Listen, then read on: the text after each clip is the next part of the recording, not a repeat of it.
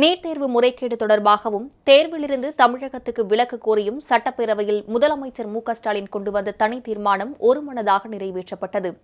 NEET தேர்வு முறைகேடு தொடர்பாக தமிழக சட்டப்பேரவையில் முதலமைச்சர் மு.க.ஸ்டாலின் தனி தீர்மானம் ஒன்றை கொண்டு வந்தார். தீர்மானத்தை முன்மொழிந்து பேசிய முதலமைச்சர் நீட் தேர்வு குறித்து பல்வேறு குற்றச்சாட்டுகள் அண்மை காலமாக எழுந்து வருவதாக கூறினார்.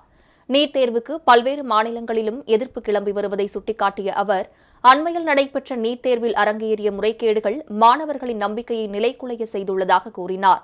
நீதிபதி A.K. ராஜன் குழு பரிந்துரையின்படி நீட் தேர்வில் இருந்து தமிழகத்திற்கு விலக்கு அளிக்க வேண்டும் என்றும் அவர் வலியுறுத்தினார். நீட் தேர்வு விவகாரத்தில் தமிழ்நாட்டு மக்கள், அரசியல் கட்சிகள், சமூக சிந்தனையாளர்கள் அனைவரிடமும் அசைக்க முடியாத கருத்தொற்றுமை நிலவி வருகிறது.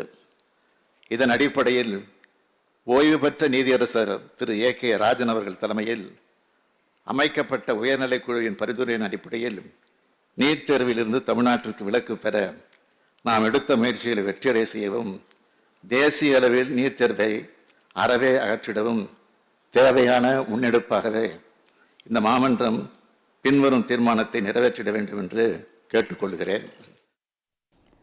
மருத்துவ மாணவர் சேர்க்கை உரிமையை மாநில அரசுகளிடம் இருந்து பறிக்கும் வகையில் உள்ள நீட் தேர்வு முறை அகற்றப்பட வேண்டும் என்றும், தமிழ்நாட்டின் நீட் விலக்கு சட்ட முன்வடிவுக்கு உடனடியாக ஒப்புதல் அளிக்க வேண்டும் என்றும் அவர் கேட்டுக் கொண்டார். பாமக சட்டப்பேரவை குழு தலைவர் G.K. மணி உட்பட பல்வேறு கட்சித் தலைவர்களும் தீர்மானத்தை ஆதரித்து பேசினர். இதனைத் தொடர்ந்து குரல் வாக்கெடுப்பு மூலம் தீர்மானம் ஒருமனதாக நிறைவேற்றப்பட்டது.